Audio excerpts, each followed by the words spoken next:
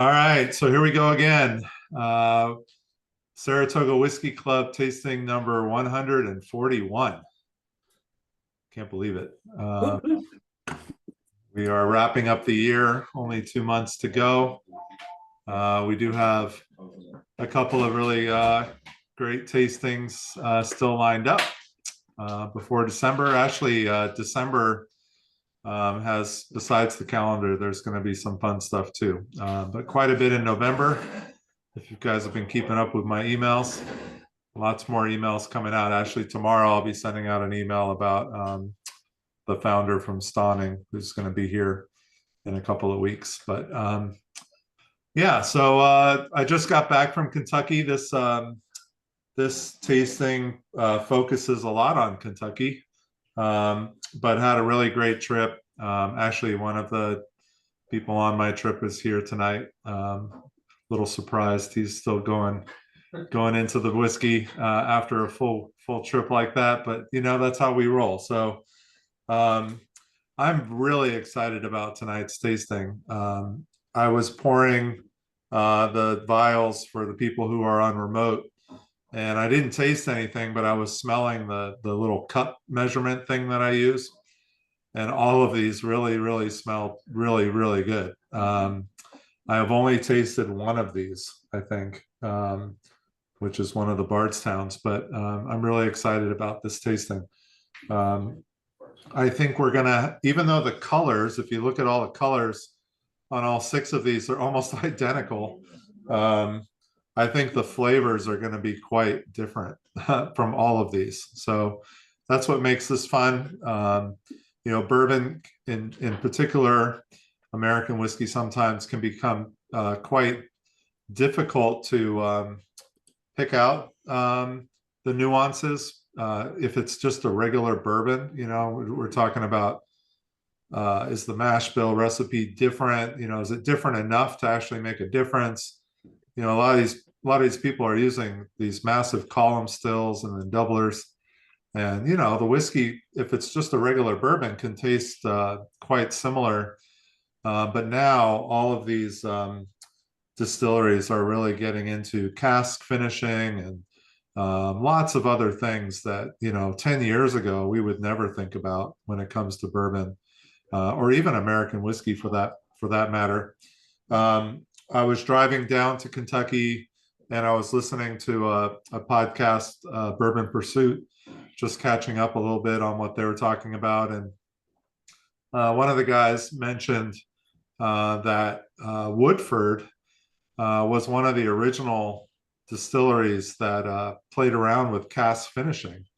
And I never knew that. They've always, to me, been kind of this standard release company that they might play around with double oak and now I know they're doing a lot of other things, but I didn't realize that they were one of the first a long time ago to actually play with some wine finishing. And at the time it was too early for that. People weren't ready for that. And now everybody is doing it. I think they actually gave up on it because nobody was interested in it, and now they're doing it again. But they were one of the pioneers, which is pretty interesting. I had no idea about that. So I thought that was pretty cool. All right, so we're going to go ahead. We have 6 whiskeys tonight. Quite a bit of whiskey to drink. It'll be interesting to see if you want to actually go back and forth. I think these are going to be so different from each other that it's not going to make that much sense to kind of go back and forth. If these were all a similar recipe and aged similarly, then maybe I would suggest, not finishing and kind of going back. And I mean, don't feel like you have to finish, but you don't need to save for comparison is what I'm saying. I don't think this tasting is going to really matter when it comes to that. The only kind of, I'm looking at the lineup right now. I think the only one that's going to be kind of a standard, and it's not even really a standard, is the Penelope 4-grain. The others are kind of all over the map. So nothing really to compare it to. But all right, so we're going to go ahead and get started with King's Family. We really enjoy what King's Family is distilling Distillery is doing in Eastern Tennessee. As some of you remember, we did a big seminar with them earlier in the year. We had both the husband and wife who run the place online with us from their kitchen, and we were tasting different samples. It was a lot of fun, and everything was really, really tasty. And they have incredible connections, mostly with MGP. Actually, the gentleman he used to work for MGP, so he's got a lot of really good connections. So we can assume right away that this is also an MGP product. It actually doesn't say it on the label, which is a little interesting. It just says bottled by King's Family Distillery, and they're way Eastern Tennessee. But this is their batch 2 of their toasted agave bourbon. So this is a bourbon that's finished in an agave toasted barrel.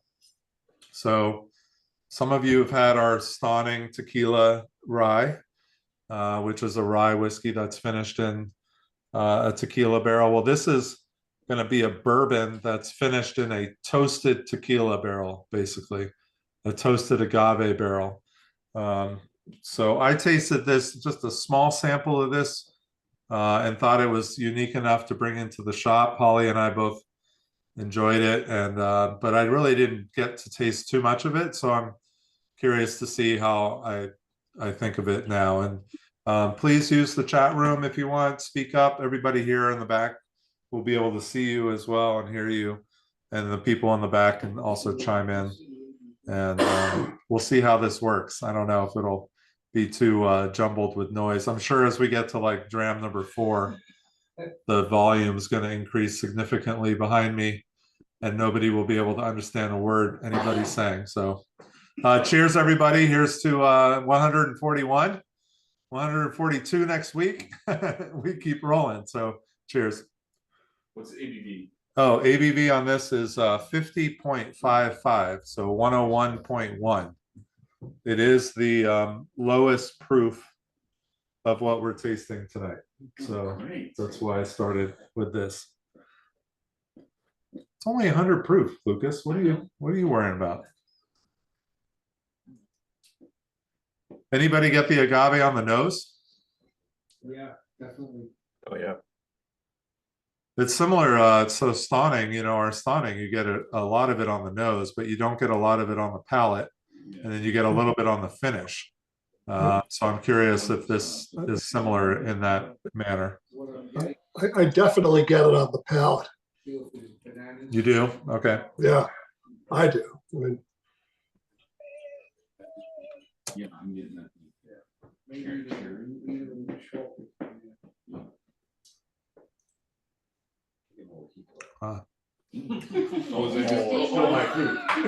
Yeah, I understand what you're saying, Rich. There is this, it's like almost like a nectar, right? Like an agave nectar. Right. Yeah. It actually is balanced pretty well, though, when you think about it. Sometimes that could be too much. We don't have a mash bill on this, so I don't know how much corn is in this bourbon. Quite a bit.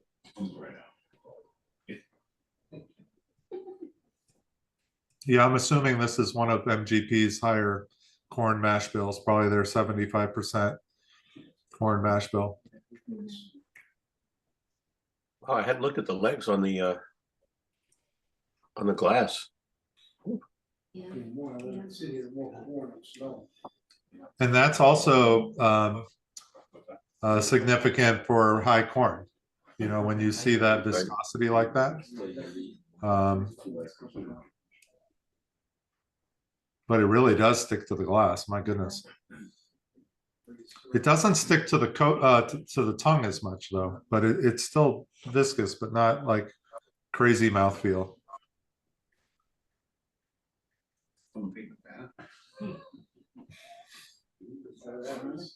The finish stays with it. Ooh. The more I sip it, the more tequila I get. Yeah.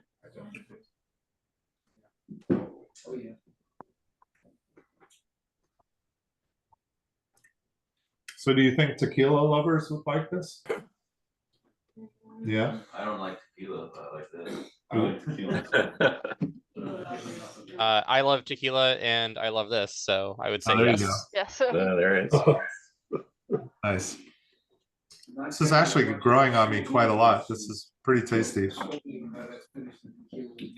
I keep thinking like of almost a tropical fruit, like tequila vibe, like almost like some kind of big fruit from Mexico or something that's not agave, obviously, but it's something juicy, like a big mango. Papaya. Yeah, papaya, something like that.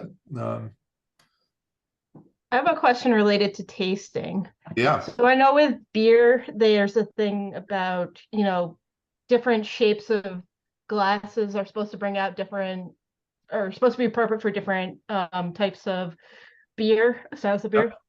Is the same thing true for like whiskeys? Is like the shape of your tasting glass supposed to affect your taste? Like I know I've had ones that are just fully circular versus the kind of tulip shaped ones. Yeah, that's a great question. So yes, the answer is yes. And everybody has an opinion on this, so there's no right or wrong answer. And there are a lot of different glasses out there now for whiskey, especially. The shape of the Glencairn, the fact that it gets narrower at the top and it's rounded at the bottom, that forces the aromas, it concentrates them. So when you're smelling your glass, that aroma is concentrated towards the top. So it's really, really great for nosing. It's been around a long time. So a lot of people use Glencairns, and that's what we started with. There are other glasses that I actually prefer slightly, but we have 300 of these now. So I'm not about to go ahead and buy another 300 of something else when we have these. These are still what most people use, and I think they do a great job. The one downside that I find with these is when you're holding it like this with your finger, kind of around the stem, which isn't much of a stem, it will warm up the glass quite considerably, which isn't necessarily a bad thing, especially if the whiskey's cold to start with. But it will warm it up, even if it's warm, it'll warm it up even more. And I don't know if I need that. I'd actually, my preference in tasting glasses right now is a copita, which is a longer stemmed kind of a tulip shape again, but it doesn't have, you're not holding the whiskey itself, you're actually just holding the stem. And then you can actually, hold it up to your nose and your hand's not too close to your face, because sometimes your hand has smells on it too that you don't want to pick up when you're nosing the glass. So I don't know, there's not a right or wrong answer. There is another glass that a lot of people use, which is called the neat glass, NEAT. It's expensive, but supposedly it gives one of the best experiences when you're tasting whiskey. So the key also is keep your mouth open, though, for sure, when you're tasting, when you're nosing. Definitely breathe in through both your nose and your mouth at the same time. I heard somebody in Kentucky last week tell us, breathe in through your nose and out through your mouth. And I was like, what? Like, some people come up with some weird things. I'm like, all right, we're not meditating, we're drinking whiskey.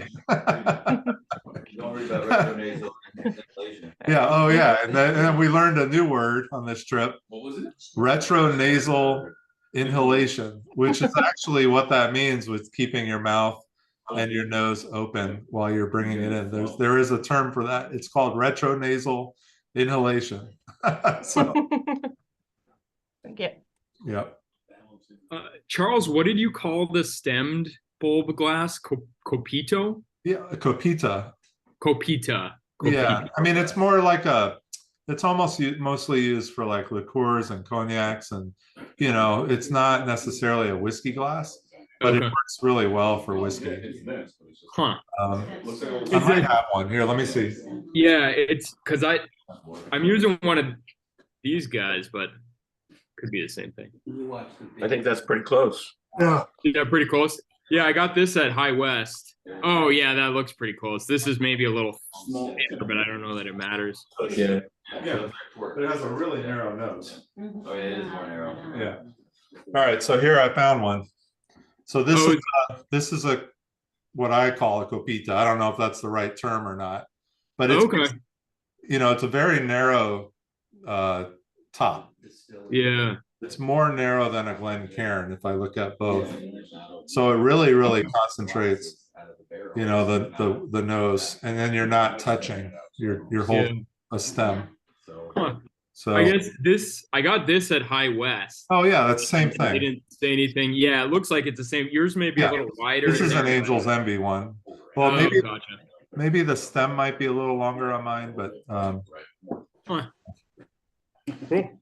Yeah, the opening is more narrow for Yeah. sure. yeah. All right, thumbs up or thumbs down on this first one?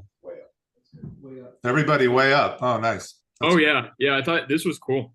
Well, I could see this not being for everyone, just because it is quite sweet. I mean, in general, people love sweet. So the fact that all of us, you know, really liked it, it's probably because we do like sweetness.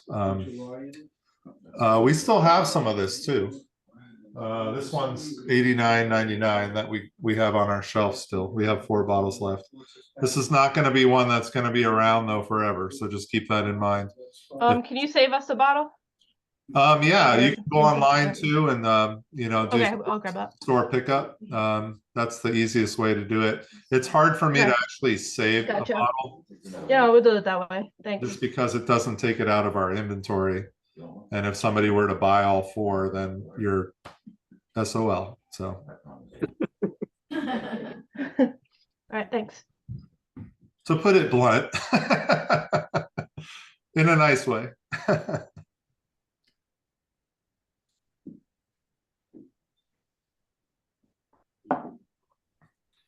Important with this tasting is to clean your mouth out in between each whiskey for sure. Here we have some cucumbers. We have some 70% dark chocolate. Those are great. You know, we have crackers here at the shop too with just 0 flavor. They're just wafers basically. You know, but it is important with this tasting specifically because these next 2, you're going to really want to kind of, you know, dive in with a clean palate if you can. Exercise computer straight. And it's always good to hydrate a lot.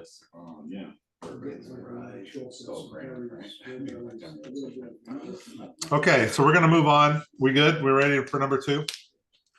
Go for it. All right, here we go. So these next three bottlings are all from Bardstown Bourbon Company. We were just there last Friday. Had another really great visit with them.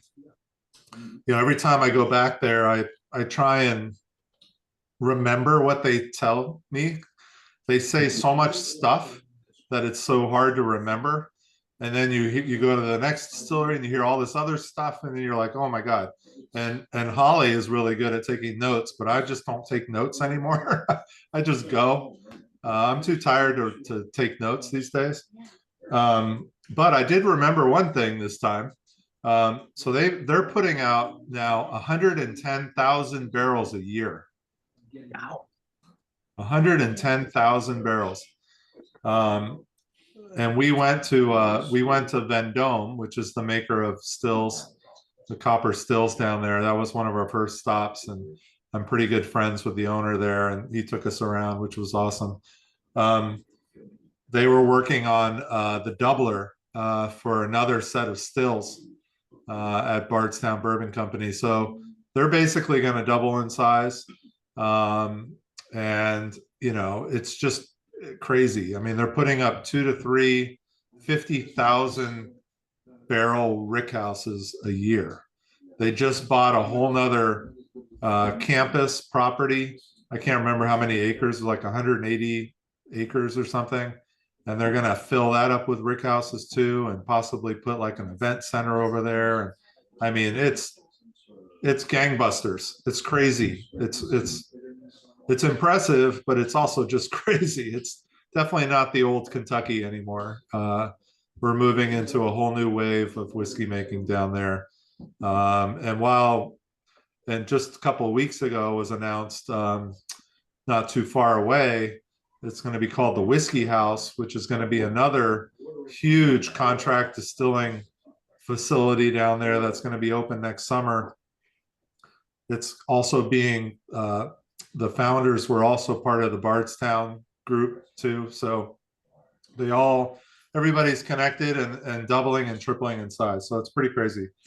But I have to say, Bardstown Bourbon Company is pretty awesome. There's nothing that, even with their grandness and the scale that they operate, what they make is pretty awesome. And they are very transparent, extremely transparent, which is really important these days, especially when you're doing a lot of stuff like they're doing.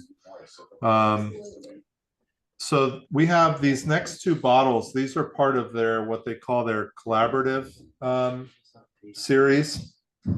And this first one is a collaboration with Foursquare. And Foursquare is a rum distillery in Barbados, probably one of the most revered rum distilleries in the world at this point. They're not the big, Bacardi blender stuff. This is, they do blend, but it's a much more premium product. And Barbados is one of the classic key islands that makes a lot of really great rum to begin with. But Foursquare has really taken off. And so what we are drinking next, and this isn't actually, so I called this a bourbon tasting. This isn't technically a bourbon. Actually, a couple of these aren't technically bourbons, but they come from Bardstown Bourbon Company, so we'll call them whatever we want. So this one is 90% Indiana 7-year. Now listen to this mash bill. Corn 45%, rye 51%. Malted barley 4%. So that's 90% of what is in this. So you actually have a barely rye, very high corn rye. And then you have 10% of this is a 17-year-old Tennessee bourbon, which is 84% corn, 8% rye, and 8% malted barley. If you do the math, I don't think that pushes the corn over 50%, but it's probably right around 50%. So we're probably, talking about a 50% corn, a very small malted barley, almost equal the rest corn and rye. And then what they do with this, so this is a blend of that 7 and 17 year. And then for 23 months, almost 2 years after that, they put it in Foursquare barrels, which are these rum barrels from Barbados. 23 months is a long time for finishing. So I have not tasted this yet. I'm really interested to see what this is. These aren't cheap. These are, like $170 bottles. And pretty small quantity. We sold ours here already. None left. So how do they advertise this? Do they advertise it as bourbon or? No, this is just part of what they call their collaborative series. So they don't, even their discovery series, which we're going to have on our 4th dram tonight. The discovery series can be a lot of different things too. What they're trying to do is really expand your mind on what whiskey can be, right? Now this is going to be close to being bourbon. Again, I don't remember. I don't know what the final percentage is when you have 10%. That's 84%, and then 10% is 84%, and 90% is 45%. So it's going to be like 48 or 49% probably when it's all said and done. So it's almost could be called bourbon, but it's not. So it's just to make you kind of like think about what could be done, I guess. Oh, what's the ABV on it? Oh yeah, so ABV, this is 107 proof, 53.5%. And who did they still their master distiller from? Yeah, so their master distiller is Steve Nally.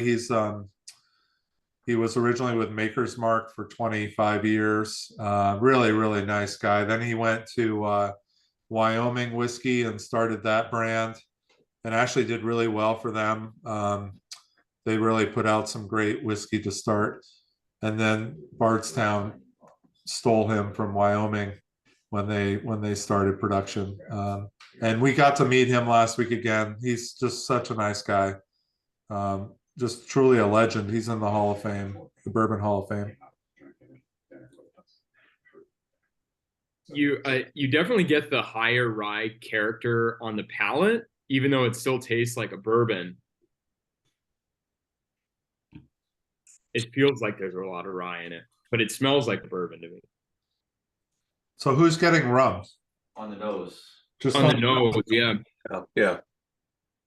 I got it on the nose too, but is anybody getting it on the palate? I don't think so.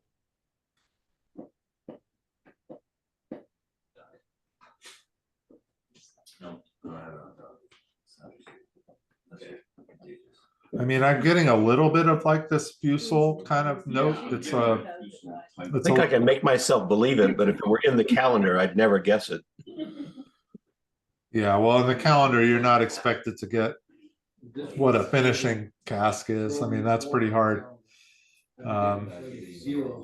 There's so many different finishing casks now, as you'll see as we go on in this tasting. Is Foursquare a spiced rum? It's a dark rum, I think, but I don't. As far as I know, they're not a spiced rum.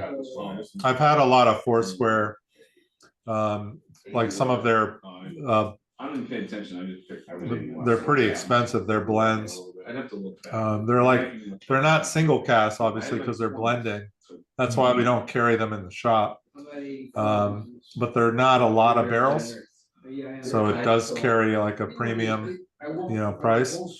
But I've never seen anything from like the spice category. We're not even on the fourth.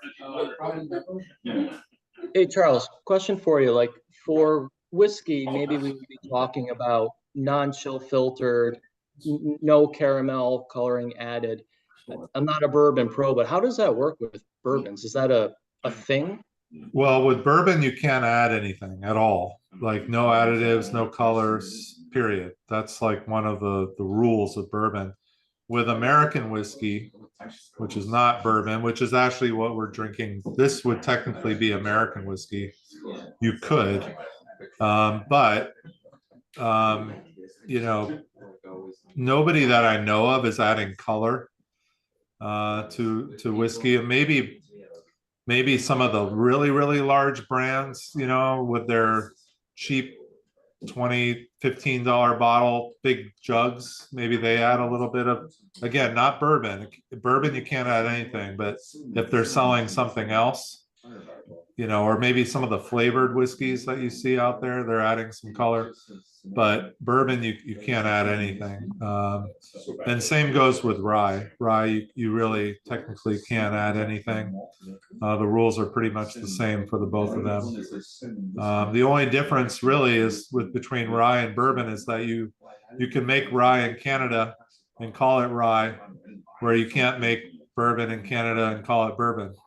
So that's probably the only real difference. But yeah, I mean, and then when it comes to chill filtering, yeah, a lot of the large brands, if they're putting out 40-43% bourbons or ryes, they are probably chill filtering. But whenever you get above 46-48%, everybody's pretty much non-chill filtered with their whiskeys at that point. And it's mainly, used with the big brands that are putting a lot of stuff out there that don't want their whiskey to look cloudy on the shelf, so but you lose a lot of flavor obviously by doing that. So Bardstown Bourbon Company for sure is not non-chill filtered. So I just compared this one to the Bardstown Plantation finish. Yeah, they're pretty different. Yeah, I have tasted that one. That was one that I did taste. Yeah, I think we had it in a club tasting. Yeah, it was in a club tasting. It has like a lot of tropical fruit, and the difference is just this has so much more spice to it. Okay. I don't know if there's more rye. I don't remember what's in the plantation finish one. Yeah, what the percentages are. Yeah. This is another one of those, like the last one, that's growing on me. At first, I was kind of like, I don't know. It's kind of a little bit hoo-ha. But then as your palate gets used to it, you start actually picking up some of the flavor notes. I'm getting actually now a little bit of cocoa note, which is interesting.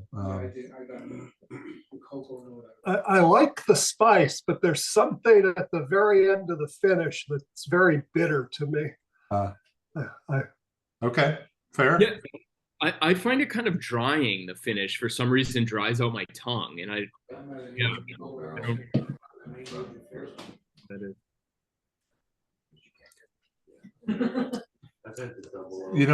even as incredible as being able to work with Foursquare, it doesn't mean that it's always going to work. I mean, it's one of those things like the team there, and I've met a lot of them. They're really, really, really good at blending and really good at kind of figuring things out. But sometimes maybe they're just trying too hard, I mean, how do you know to blend a 9-year and a 17-year and this percentage of that? And I mean, you need AI, I think, for some of that. Well, one thing I was wondering is if you're doing like multiple rum finish bottles, you may want to differentiate them from one from another, you know what I mean? And that's got to be kind of hard because you don't want to like finish in another type of rum or another brand of rum and then have it taste exactly the same.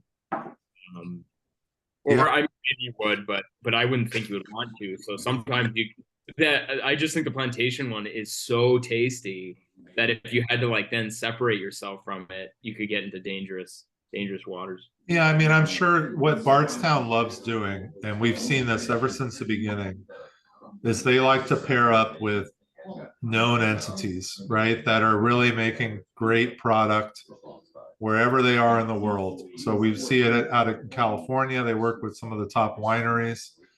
We see it in France where they're working with, a lot of the different Armagnac and Cognac producers. We see it all over the world. So their whole shtick, right, is to be the best. And so they're working with the best and trying to collaborate, right, and continue their path towards keeping these great relationships. Because you never know what, like, even Foursquare is doing with their whiskey. They could be taking these whiskey barrels and aging some of their rum in it. There's all sorts of things that they could be doing. So. All right. So speaking of great producers, so this next producer, this next Bardstown, Chateau Laubada. I don't know if I'm saying that right, but they are a Armagnac. Well, they're a winery basically in France, and you can go on their website. Actually, they have a really beautiful website. I was on there earlier today because I didn't know a lot about them, but it's in the Basse Armagnac region of France. And we actually just got a scotch in today that's finished in a Basse Armagnac cask, which is a Craigellachie 13. It's kind of a standard, release, but it's kind of fun to have that.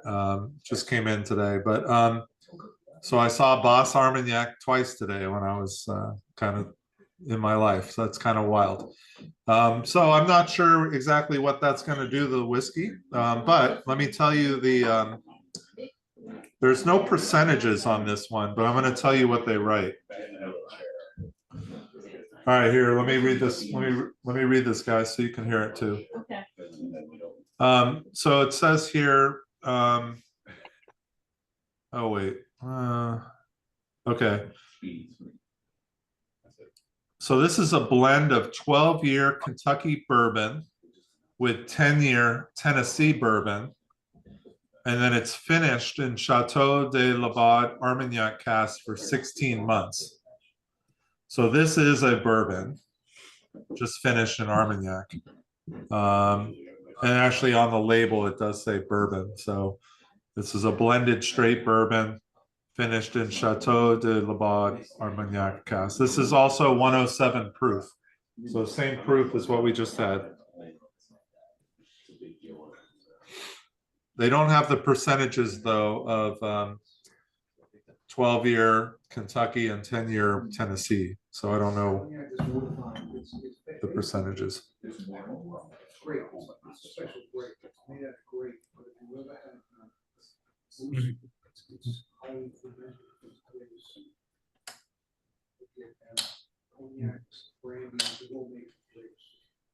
So when I first tasted bourbons that were finished in other barrels, I was a little skeptical.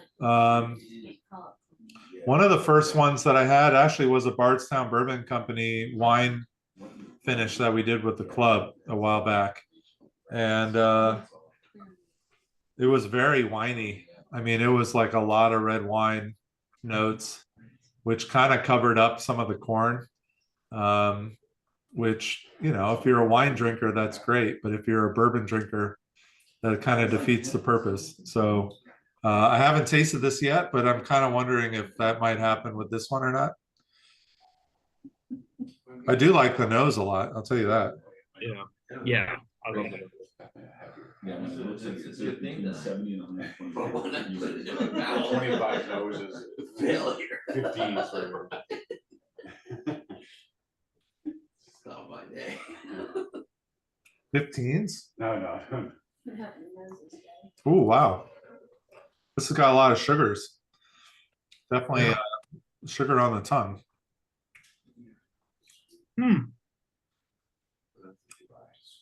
In a good way. Like one of those, grape. I'm getting grape now. A little bit of grape. Smells like one of those Werther's originals. Yeah, Werther's. Oh, okay. Yeah. All right. That's what I'm getting. That's cool. That's a good note. Good tasting note.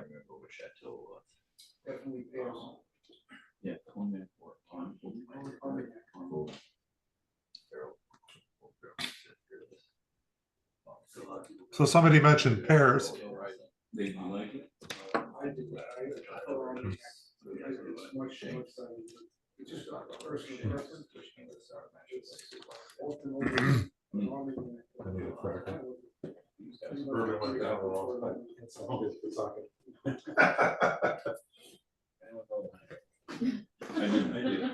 I just had a little bit go down the wrong pipe. That was not a good thing.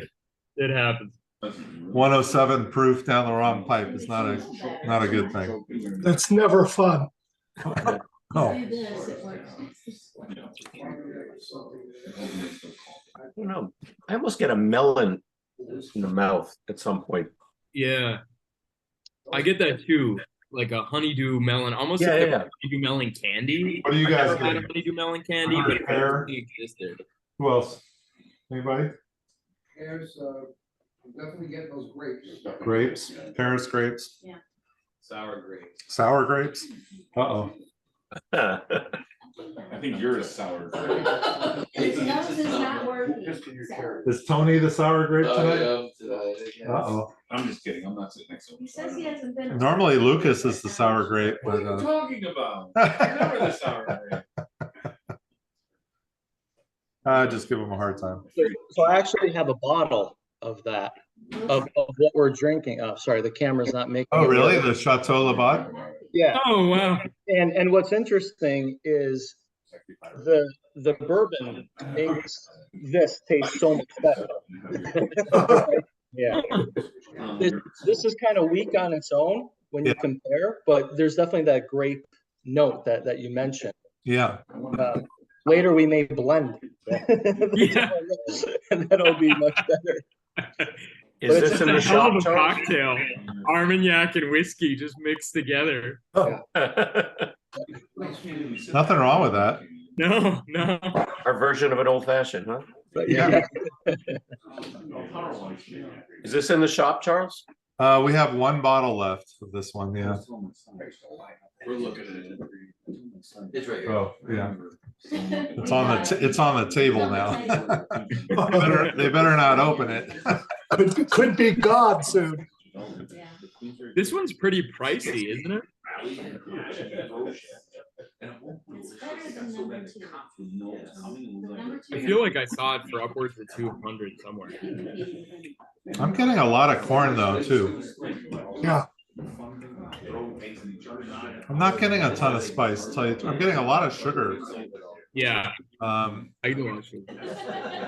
Definitely like that concentrated grape sugar note. You know, it's and like you said, Werther's, it's got that all going on too. It's got a lot of things actually. I get corn and sugar and pears.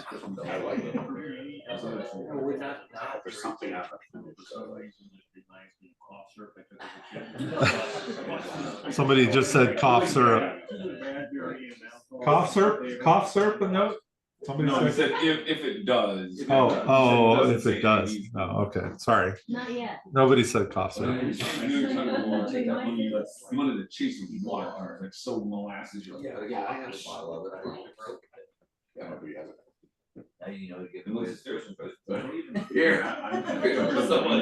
So there was just a post today by Bardstown Bourbon Company about another collab. I mean, they're doing a lot. So when we were there last week, there was a Goose Island collaboration that we tasted, which I actually wasn't too crazy jumping up and down about, but there was Goose one Island announced- beers as a beer drinker also more practice, like, is not a great beer. So like for them to go to all those high level Yeah, other I know what you're partners, saying. and then Goose Island is a bit Yeah. disappointing. It was, I think, a stout, Goose Island stout, Mhm. which was it was pretty powerful. Like the stout really came through a I think lot. they're owned by Anheuser-Busch, Oh, okay. the Goose Island. Well, they announced today their next collaborative is with Amaro Nonino. So with an Amaro brand. Oh, that's good. And that could be interesting. that'll be a blend of straight bourbon and rye finished in the Amaro barrels. So that could be cool. I mean, they're definitely doing. So here's another one. They did a collaborative series with Carter Cellars, which is Napa Cabernet. So that could be, you know, they've done stuff with Pfeiffer Paffett before. And It's not Tommy, it's you. We know now. Sour grapes. But But there's some He's tastes that honest. are That's unbelievable. what it's. Have you tried to talk him into a single barrel at all? Also the type of guy that I Well, so that's a good question. People are doing single barrels with them now. And there is a waiting list. And we haven't decided to go on the waiting list yet because I think a lot of people are going to be doing them. And it's just, I mean, as much as we love Bardstown, I think it's going to get lost in translation a little bit with all the other things that they offer that we have on our shelf. So it's if it was a brand that just had one or two things and then they came out with an interesting single barrel program, we'd probably jump on it. But what we did end up doing last week is pick a barrel at Green River, which is owned by Bardstown Bourbon Company. And not a lot of people know about Green River, and it was incredible. And we picked a really good barrel. And you know, this is their first year of doing a barrel program. So we're going to be one of the first. There were only 100 barrels in the US. So we're one of 6 people in New York State to get a barrel. So, you know, whereas with Bardstown Bourbon Company, it could be 20 in the state. So we weren't. Green River, is it their weeded or is it a straight bourbon? No, it's their regular straight bourbon.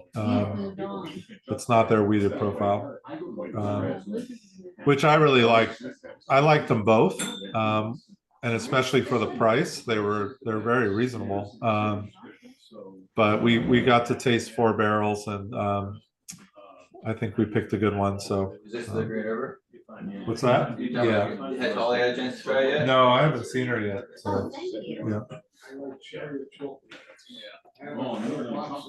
Yeah. I am a little nervous because I brought back a 200 ml of our barrel, and Holly will taste it tomorrow. And she's always nervous as hell when she comes back with a barrel sample that she's picked, and she blows it out of the water. I'm the one who should be nervous. I'm the one who's like, even though we did pretty good, right, Diane? We picked Town Branch. That was a winner.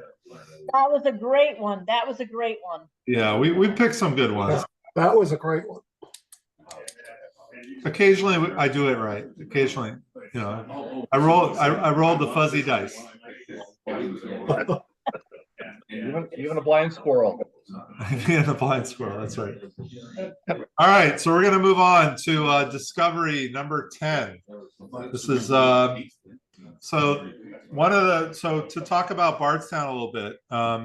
So obviously, you know, they just started making whiskey in 2017, like their own whiskey.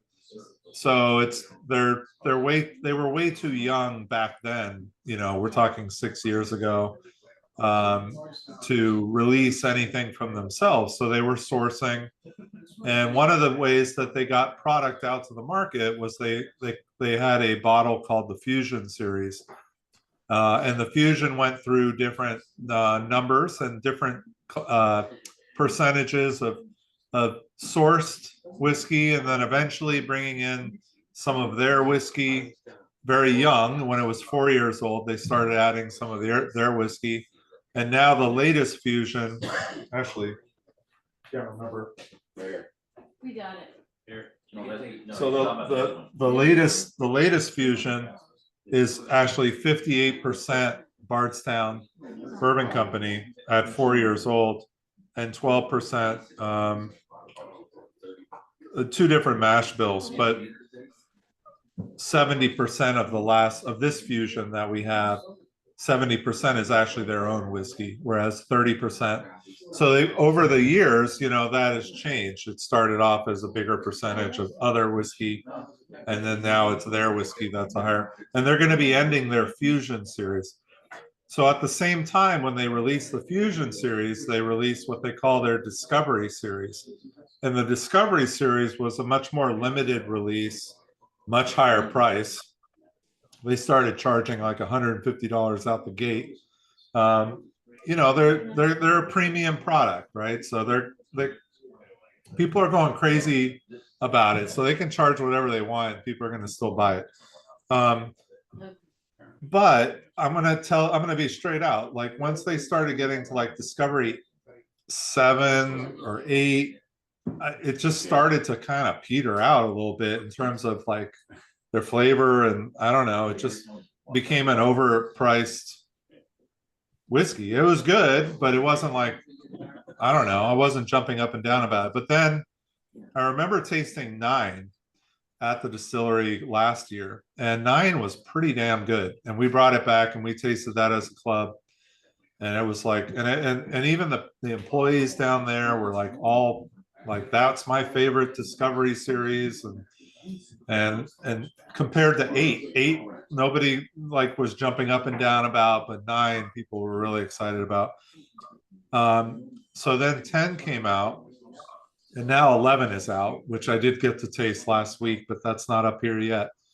10 came out, and I didn't get to taste it until I was doing a tasting at the track. And one of the people that work at Naira asked me if I had tasted it, and I said no, I haven't been able to. And he brought me a little sample, and I was like, wow, this is really, really, really good. So we're drinking 10 now. Just so you know, 11. Let me see here. 11 is the first Discovery series. So the one that's coming at some point in a month or so is the first Discovery series that's all Kentucky. Up to that point, it's been whiskey from all different states. And this number 10 is like, the percentages are crazy of what's in here. So I'm going to read this. You guys want to hear this? This is pretty wild. Oh, actually, you have the bottle? Oh, so they're already looking at it. All right, so this is I'll read the percentages because it gets a little complicated.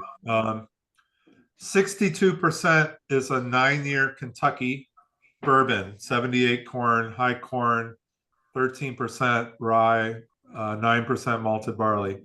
Then you have 18% is a 13-year-old Kentucky bourbon, high corn, 75%, rye 13, malted barley 12.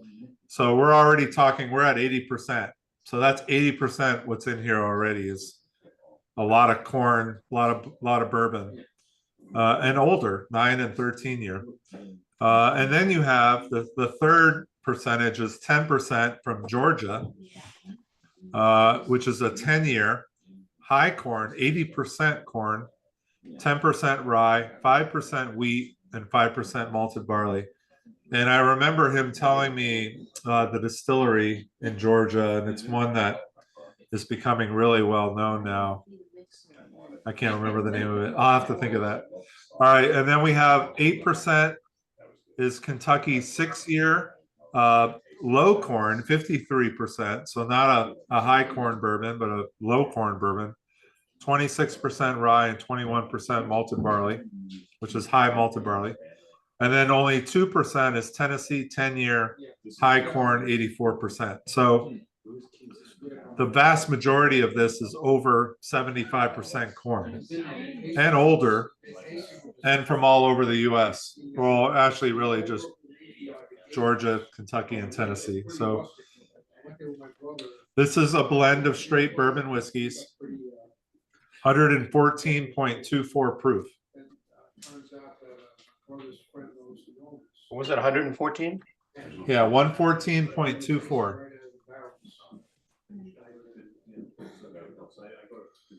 This is delicious.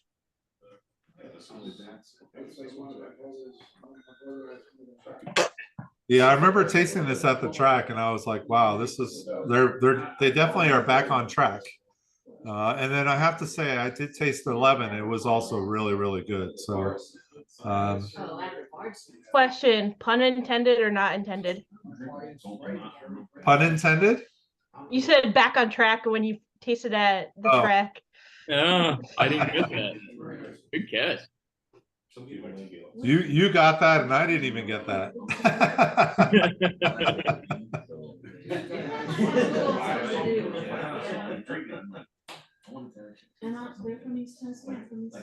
The first time I saw it, I sent her a picture. I can be witty, but I'm not that witty. I can be more of a pain in the ass than witty a lot of times. So Charles, I think I've had this before, but when I tasted it tonight, I really, the first thing I thought of was peanut butter. oh yeah, I get a lot of peanuts on this too. I mean, I like it, but I wasn't expecting peanut butter. So there are some whiskeys that do have a lot of that going on. Nuttiness. I mean, it doesn't necessarily have to be just peanuts. It could be other nuts too. I do get that though on this one for sure.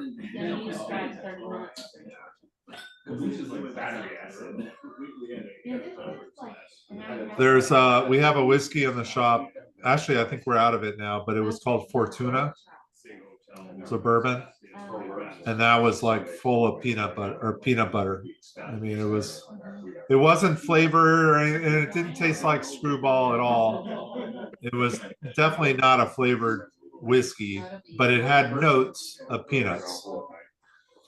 I've had too many people try to give me peanut butter flavored whiskey on the golf course, and it's not been good. So yeah, that's not good. You know where it's good? Football tailgates. I don't think you Buffalo people. Exactly. All right, let me ask the crowd. Is there a place for screwball? Is there a place to drink screwball where it's okay? No. Well, yeah, with friends who don't drink anything, but screwball. Friends who don't drink anything. So there you go, Rich. I will say Fireball's better than Screwball for tailgates. But for what it's worth, it's also pretty good in hot chocolate. Yeah, that's screwball. All right. I mean, I'm sure you can mix it with lots of things and come out with something. I'm not gonna, but you're gonna end up with a hangover at some point really bad because you're drinking a sugar flavored crap. You know, sometimes at golf or football things, you just have to suffer, take whatever you get. Exactly. The one time I found is when you're at a club and you want a known quality because all the other mixed drinks are terrible and are going to take them more time. I oversee the IT department. I'm pretty sure no one else is looking at it. This is very good. Yeah. Or I'm enjoying it. Doesn't mean it, everybody will. My favorite out of the three bars. Your favorite? Oh boy. Bardstown. Tony's back. Yeah. Out of the three Bardstown. Oh, this screwball with peanut butter was it, right? No, that's next month. They have something. It's called like beanball or spitball. Oh, it's gone. Somebody snagged it.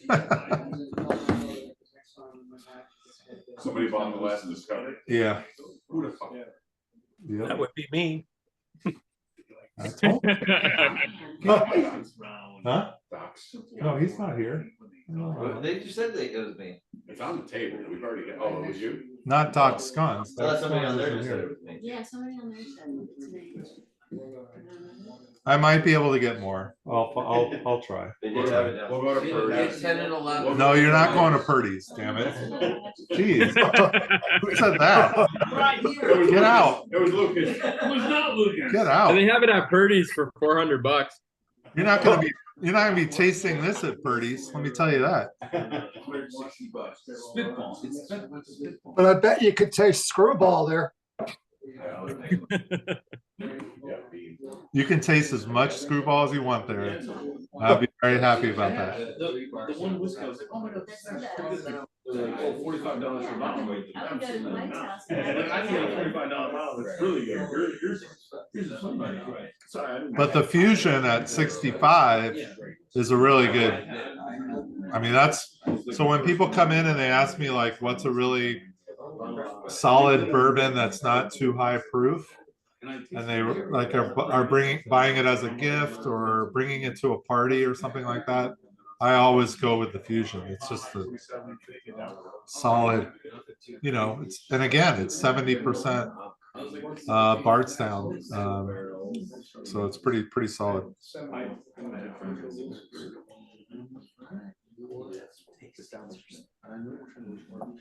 All right.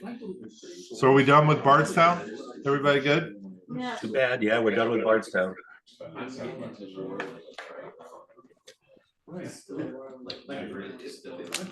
All right. So we're gonna move on to Penelope.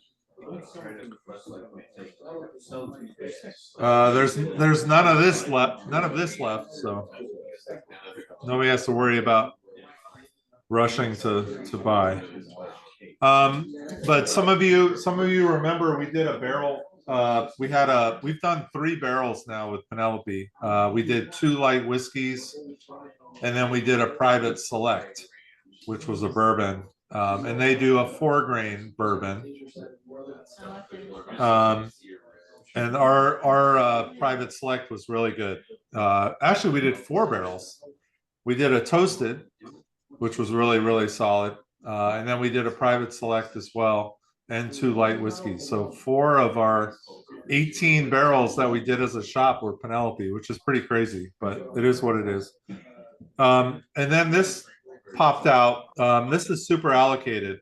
We got a case of this, and I was thinking of this tasting, and I was like, I better buy a bottle like right now because it's going to be gone. And it literally was gone in like 2 days. I mean, it was very quick to sell. This is a New York only bottle.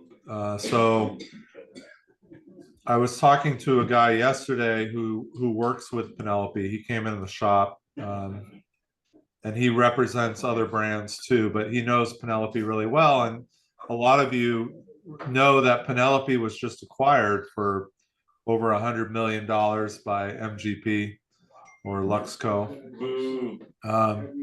And, you know, we were talking about it, and, you know, he is really worried that things could change at Penelope. I mean, the contract stipulates that the management still needs to be there and that they're actually going to make more money if they reach a certain goal, which is all great.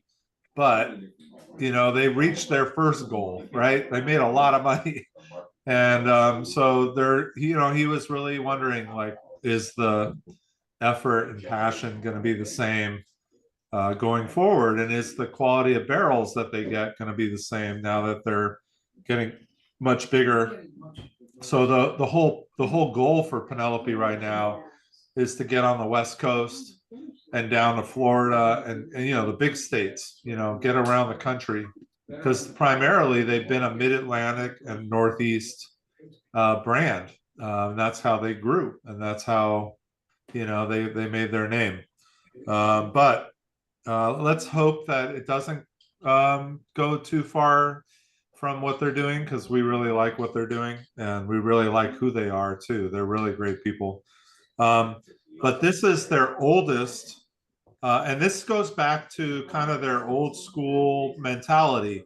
This label is their old label. This is not their new stuff. So they kind of released this older version, but this is their oldest to date. This is a 9-year 4-grain, and they do have the percentages on the back.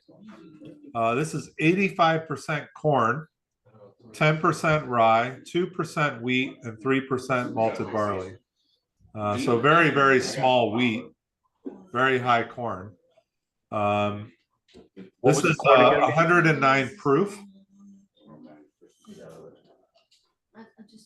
So I have not tasted this, but it smelled pretty good. That's all I know.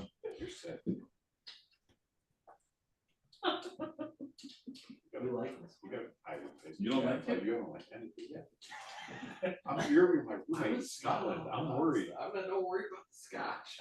Do you see your snow? I scored. Oh. My roommate in Scotland. I'm nervous. Oh man. You guys are. So the nose is yet to come. I have not got a nose yet on this. By the way, wait for your third sip and then do the nose. Yeah, that's kind of how some of these work. You have to have it on your palate first before you get much of the nose. The blow-up bags that Holly told me to get. All right. I got nothing on it, so. Any idea what the chemistry is behind that? Yeah, it's definitely. I don't know. You know, I mean, I think part of it might be having 4 higher proof whiskeys before this. Maybe. I do have a little bit of a stuffy nose too. I don't know if that's playing a part at all because I was able to get a nose on other things, but I'm not sure. I'm not. It's a good question. You know, sometimes with 4 grain, even though this really isn't a high percentage of 4 grain, sometimes the nose can be trickier on a 4 grain too. You need like ships. You need like ship sticks for whiskey. I am getting alcohol. There's definitely some alcohol coming through. But I'm having a hard time picking out notes with the nose. So the notes I get are pretty classic bourbon notes on the nose, and maybe that's why it's not sticking out. Like I get caramel and yellow cake, a little bit of like black cherry, sort of overripe now tartness of it. But I also have this glass that has the more concentrated opening to it. So maybe, There were guys that bought No, it really is. more than I did. Did anybody get marshmallow? a little bit, like in the sweetness of it. So I'm getting a lot of oak, and I'm getting a lot of oak on the palate as well. And I think that might be why I'm struggling with the nose. When you, I don't know, and I could be wrong on this, but with most bourbons that I've had that are really oaky, the nose is pretty hard to pull out. You know, the wood is almost like blocking that from happening in a way, or canceling it out. I mean, there's not a lot of, you don't get a lot of nose from wood. Obviously, it's coming from the, like Luke said, the caramels, and you know, if there's a lot of that influence, then sure, but from the wood itself, there's not a lot of nose. You know, it's, you go out and smell a tree, you're not going to get like a bouquet of flavors. You're going to get, you know, some, maybe some astringency, which can come from oak, tannins, you know. It is a little sharp, I have to say. The finish is sort of peppery almost. For a very Peppery and very dry. Yeah. Only 10% rye, so not a very high rye. I don't mean a bite. It's not like a rye bite. Yeah. Oh, the barrel is always empty. But when you're going through customs, you do not declare anything. I went to medical school on the Caribbean, and I was taught that a long time ago. One of the customs guys goes, you do not It's interesting. I get the corn coming through now. nothing. It's taking a while for that to happen. We did a half a cap of water into it, and everything opened up and changed. And yeah, that's a great idea. I'll have to try that. I'm gonna do that too. Yeah, it's a good call. Water bottle chock full of water. So Just so you can take the bite off if you want. in airport in the Caribbean, he told me that he said, what did he say about the drop forward? Just really opens it up. Well, yeah, I just added it really does change. Cigars and nothing else. Say that again, Rich? But it's still like, you do not declare. I drove my entire liquor cabinet. Rich, repeat what you just said. Oh yeah, that really helps. I added 4 drops of water. It really changes it. It opens up the corn. I just added 2. Makes a big difference. Yep. Hey everybody, you should really add a drop or 2 of water to your Penelope if you still have it. I just did. It really makes a difference. I don't know anything about dry. I'm just saying airports. They're all in their other world now. I lost them. They're all adios, adios. Well, as you realize they're drinking everything in your store right now while you're focusing on us, right? Like they're just having free reign of your entire store behind your back. No, they're not. No, You they're said not. you drank 4, you'd lose them. So you told the exact No, because I know Holly's on the cameras watching everybody right now. I get almost like a light, like sort of edge of cantaloupe in the water. There was no fruit in it before at all. It's just like everything gets moved to the birthing, and then everything gets moved back. Yeah, the water really made a difference, that's for sure. Yeah. And normally I don't add water to bourbon. I mean, I definitely add it to scotch and other things, but I don't, I mean, and I don't really drink bourbon on ice either. So, you know, I don't really open it up too much typically. So it's, thanks for suggesting that. There were droppers on the table, but I didn't even have a dropper on my table because I never do that. With an oaky bourbon, usually if I add water, if I put an ice cube in it, it makes it taste all the more like wood chips. You know, it just gets like really woody, but not with this one. That's not the case at all. Yeah. See, I mean, I love their normal 4 grain, and I don't know how the percentages here compare to that, but I think adding the water really kind of brings it back to that and overcomes the wood, I think. Well, this percentage of corn is much higher than their. Yeah, that's what that was my sense. Yeah. Charles, do you think 9 years could be too long for Penelope? Oh, interesting. You know, I mean, it really depends. I mean, I think in some cases it can be. I'm not sure, you know, where this was aged for all that time. There's a big debate, you know, about how old bourbon should be or what is the sweet spot for bourbon. And, you know, you see all these people releasing 4 and 5 year bourbons and they feel like that's where they should be released. You know, not that they're not aging some stuff for longer, but their core expressions, like, so Bardstown, their whole thing was they were going to wait till they were 6 years before they released their own whiskey, which they did this year. 6 years is a long time, but they also had the fusion, they had the collaborative, they had the discovery, they had their restaurant, they had all this contract distilling that they were doing for all these people around the country. So they were making money. They didn't have to wait, or they didn't have to like worry about waiting, right? You know, most people are making vodka or gin or cocktails just to get by until their bourbon's ready. They had all sorts of other stuff going on. So they were in a good place, but they waited till 6 years, that's a long time for a first release. You know, most people are waiting, if they're gonna wait till 4 years. You know, there's quite a few obviously that release at 2 years, 3 years, whatever, but 4 is kind of the goal, right? That's kind of what you're shooting for initially. They waited till 6.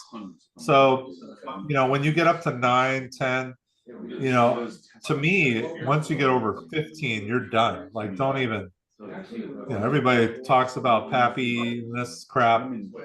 It's so overrated, it's not even funny, you know, and if you could, even though Elijah Craig 18, it's watered down, you know, it's nothing special. You can't have a cask strength 18-year-old bourbon that's not going to taste like wood, you know, and even if you get up to the Pappies, the 20 and 23, they're watered down a ton, you know, to get to 40% or whatever it's released at, you know, and it's not what it's not tasting out of the barrel. So, you know, once you get to that 9 or 10 year mark, if you're pouring it at cask strength, yes, that's getting up there, you know. I mean, so we have, I did buy, and we'll do this in January. I did buy a 12-year single cask from Lux Row, and we'll see, and that's, you know, 56%. It's up there. We'll see if that's oaky, you know, but I start to get worried when you get up there around that 10-year mark, especially at cask strength. If you're watering stuff down, then you can hide a lot of things. But if you're pulling it straight out of the barrel, unless it's a barrel that's like in the middle of the warehouse and it doesn't get the fluctuations of heat and cold that the ones on the top or by the windows get, you know, those are the ones that can last a long time. But even then, you know, it's hard to say. So at one point, Ollie had showed me a photo of Penelope aging barrels in like a metal shipping container. Yeah. Is that how they? Well, I don't know what they're using now because they've obviously grown a lot. And we were there, what was it? We were there 2 years ago. So, you know, I mean, who knows what they're doing now? But yeah, they had some old train containers that they had barrels in. It was pretty fun. It was well, I wonder if that would make it was like straight out of The Sopranos. I mean, you turn the corner and you're waiting to get taken out and thrown into a shipping container and never come out. A good place to make a whiskey. Yeah. It was perfect. It was New Jersey at its finest. Right. All right, guys, we're gonna move on to our last whiskey. You guys probably already killed it. We're done. No, we haven't killed it. We started it. They started it. All right. So yeah, now this next one, this is going to be really, really unique. Your nose should be working for this one, Charles. Yeah, my nose will work for this one. So you know, we're everybody's always looking for the next cask to finish it, right? So we're in this phase now of the bourbon whiskey boom, or whiskey boom in general, where everybody's trying to be different. Everybody's looking for that next best great thing. Well, this is the next best, we'll see, next thing that everybody's so crazy about. So this is finished. So this is a rye whiskey. I don't think there's a percentage. This is a rye whiskey that's finished in an Amburana cask. And nobody really is. I mean, Amburana is like taking over the whiskey world right now, which is just totally crazy, but it is what it is. And as a whiskey club, we need to keep up with the trends, right? So I got off my plane from Scotland a couple of weeks ago, or no, this was before I got on my plane. I can't remember, but I went to Gordon's. And so this is a competitor, you know, this is where Holly used to work. But we love Gordon's. Gordon's is a great place in Boston. If you're ever in Boston, you got to go to Gordon's. I've actually swapped bottles with Ken, the owner there, of different things. They're great. They're really good people. But they did a rare character, which is a really hot brand. They did a barrel pick. This is a rye whiskey that's finished in Amburana. So you don't have this? No. This is from Boston. What's Amburana? So Amburana is a South American. You know, have you heard of cachaça? Yeah. Yes. All right. So have you heard of a caipirinha drink? Yes. Yeah, caipirinha. All right. So cachaça is made from sugarcane. So it's not rum, but it's in a way there's some similarities. Okay, so you're gonna have some of that tropical sugary note with Amburana. This is basically an aged sugarcane drink, liqueur, whatever. So it's really wild. I mean, I've only had it in drinks. Like I went to Brazil for the World Cup. I drank a lot of cachaça and all this kind of stuff. I've never had aged sugarcane juice, but this is whiskey or rye whiskey that's finished in an Amburana cask. So we actually have in the shop a barrel product that's also finished in Amburana. There's a bunch of things right now that are being finished in Amburana. I just had something last week in Kentucky as well. And I mean, it seems like everybody is getting into this. It's the hot new cask. So I have not tasted this one.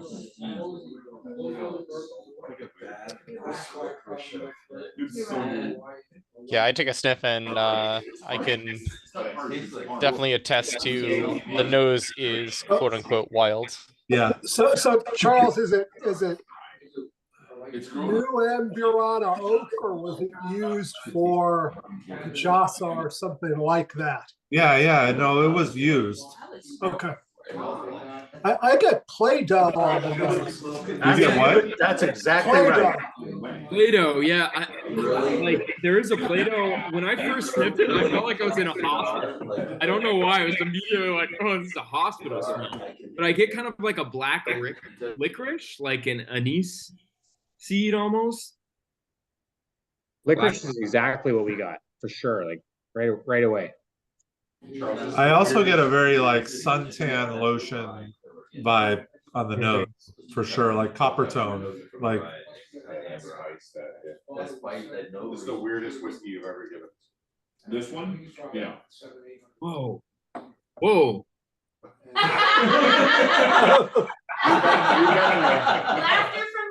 so this is 6 years, 8 months. This is 117.6 proof. There's no percentages of how much rye. It's probably a very high rye, but it's really covered up by this Amburana barrel.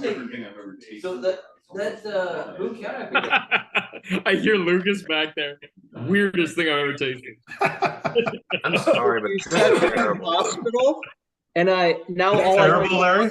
Yeah. There's not many things I put down and say I'm not even going to finish this. I don't like it. I totally agree with you. Oh my god! What I like about it is how different it is. It's just, it's so different. Like So's Philip Milks of magnesia. It kind of tastes like Peru, though. Everything in Peru tastes kind of like that. Oh, okay. Everything. I'm not going to Peru then. No matter what you order, it was kind of like everything had this sort of taste. My business partner's in Peru right now. Yeah, he is. Don't take this back. Okay, but that's the vibe I get from it. In Bolivia, same thing. It was kind of like this. It was this really licoricey. Yeah. Something to get used to for sure. I'm going back to Richard's Play-Doh. This is like eating Play-Doh Fun Factory. I'm gonna date myself, but what I get on the palate, and I don't even think they sell it anymore, but it was the baby food vanilla custard that I'm tasting here. Now there are probably people on the call who don't even remember that product. But that's what it tastes like too. Vanilla sweets. I don't hate this. I don't hate it. I wouldn't drink it every day for sure, but I don't hate it.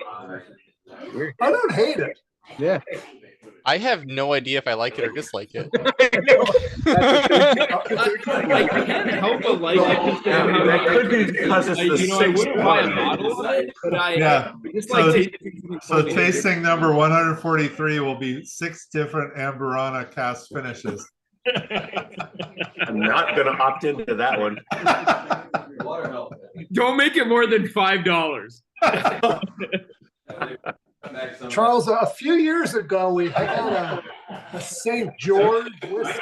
Yeah, oh, the was baller. very strange. Oh, that was weird. To that one, I think. That was weird. Water really helped. Oh, water. Add water. Oh, let's try that. All right, I'll try water.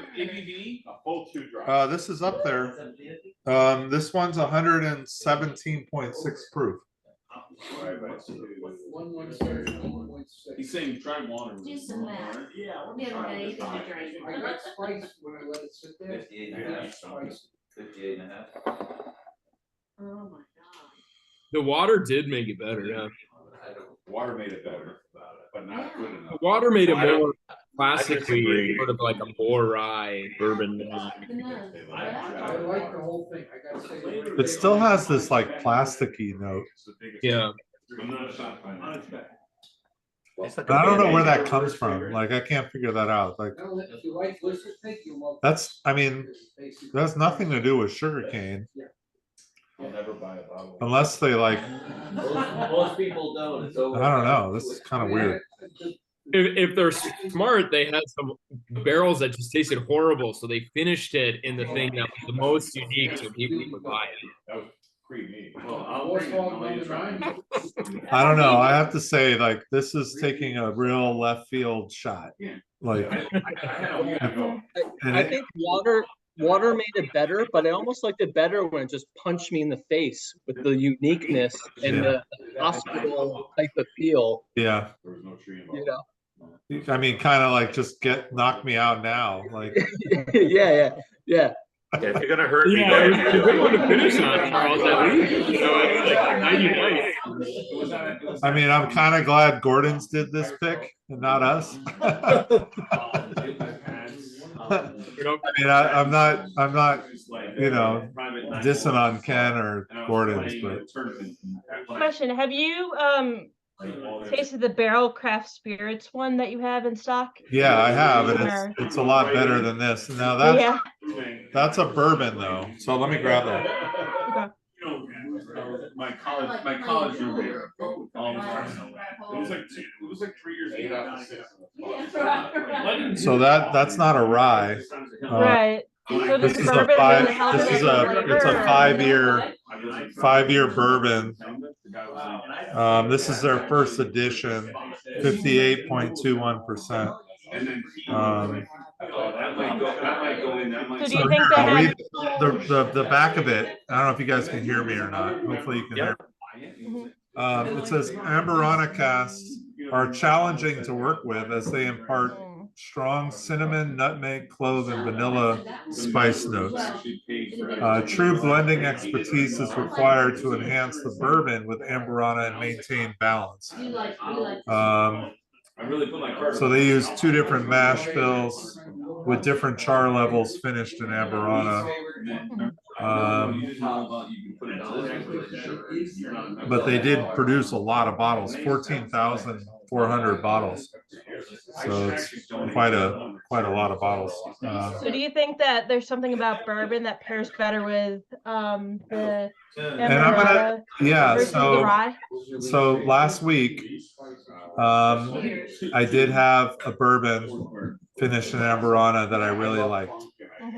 So I have a feeling that that's probably the case. We did get a sample of this, and I did try this one as well, and we liked it enough to bring it in.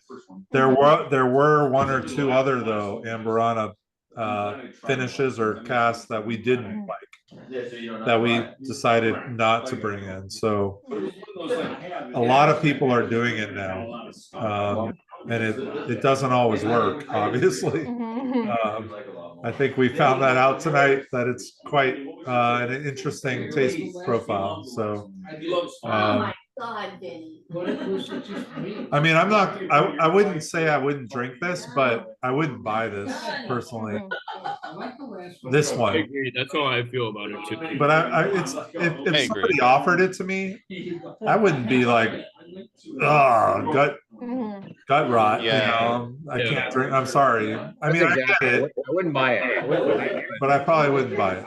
So do you think it's really based on the company that pairs with the mark? No, not necessarily, because Rare Character has some really great stuff.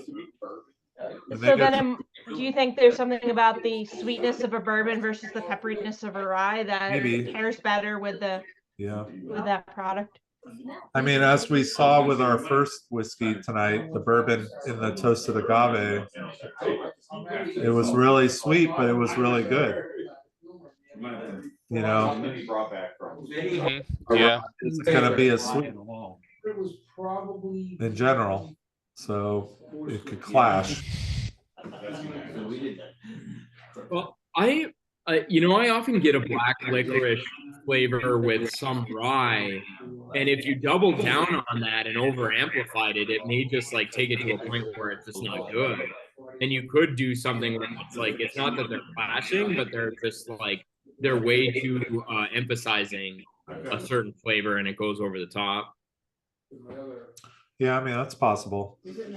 I mean, you don't want to do that, obviously.